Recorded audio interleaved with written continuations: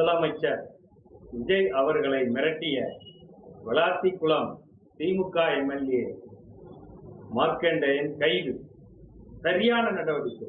உன்னை சட்டமன்றத்துக்குள்ள வச்சு பாத்துக்கிறோம்டா. நாங்க என்ன கோமாளி பையில நினைச்சுக்கிட்டு இருக்கிற சட்டமன்றத்தை பூட்டுவானா? பூட்டினா உனக்கு எலும்பு இருக்காது, ஒட்டச்சிட்டு தான் உன்னை இவனை அடித்து விடுவானா. பூட்டி பாரு சட்டமன்றத்தை. யார் ஓடுனது?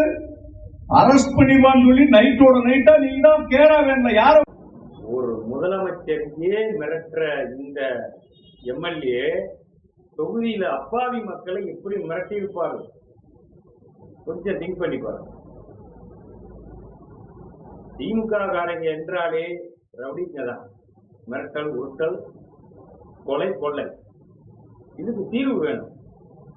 இந்த கைது வரவேற்கத்தக்கது.